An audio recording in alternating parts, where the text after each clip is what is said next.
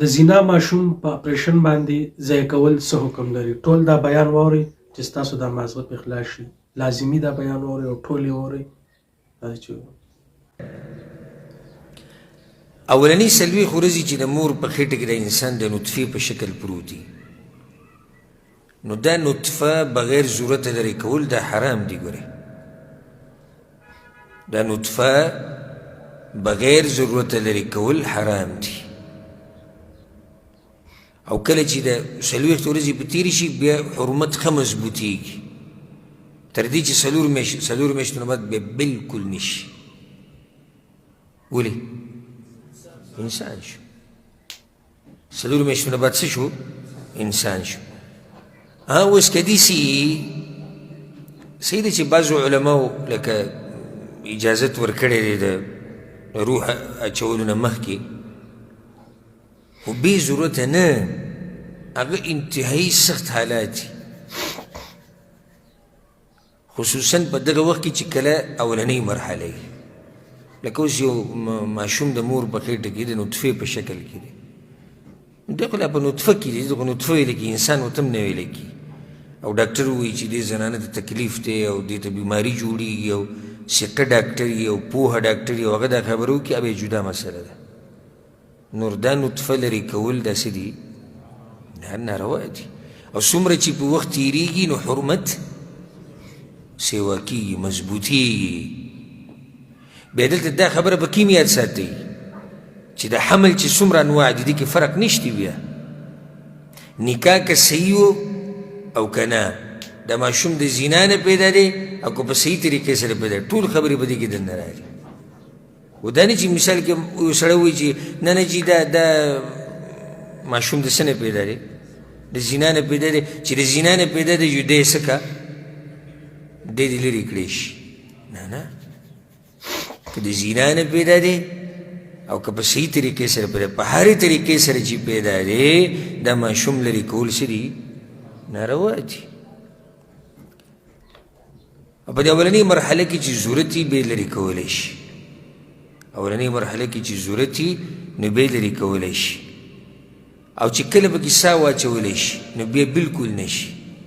چې ساه پکې واچولی شي بیا بلکل نه شي. ښه که اوس ډاکټران داسې ووایي چې یا به ماشوم مړ کېږي او یا به ښځه مړه کېږي، نو ځکه یې موږ لرې کوو، بیا هم اجازت نشته. ځکه چې دا خبرې ټولې څه دي؟ احتمالي دي.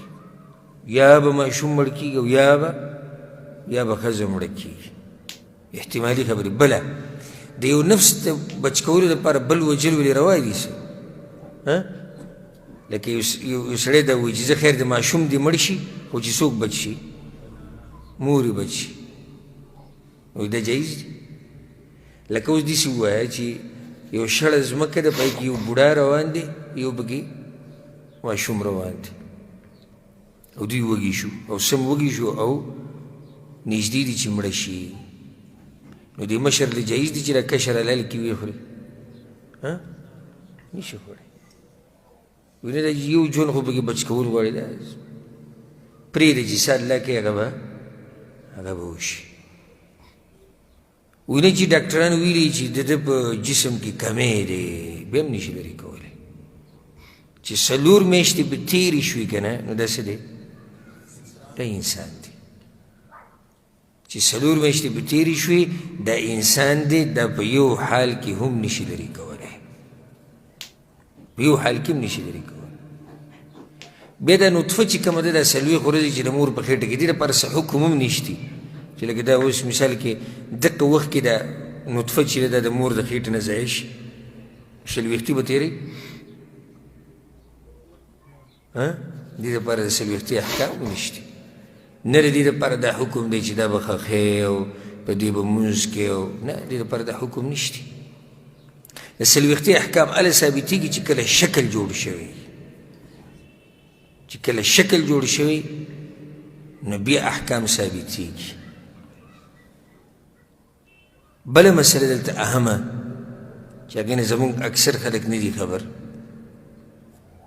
چې ماشوم کله د 4 میاشتو شو نو دا انسان دی. که دی مړ روزي او که دی روغ روزي او مړ شي، په ده باندې به جنازه هم کېږي، دی به لمبولی کېږي او ده ته به کفن هم ورکړی کېږي. دا خبره یاده کړئ. صحیح احادیثو نه دا مسله ثابته ده، ځکه چې انسان دی که نه، نو حق یې دی چې څه وشي، جنازه پې وشي، ولمبولی شي، غسل ورکړی شي، نو دا کول ثابت دي. که دی مړ روځي د مور د خېټې نه، او که دی پیدا شي او مړ شي، هر حال کې چې نو په ده باندې جنازه کول دا ثابت دي، او په ده باندې غسل ورکول دله، کفن ورکول دا هم ثابت دي. والله اعلم. ښه دا او قیمتي او بهترین بیان دغه شان بیاناتو لپاره زموږ سره اوسئ. السلام علیکم ورحمة الله.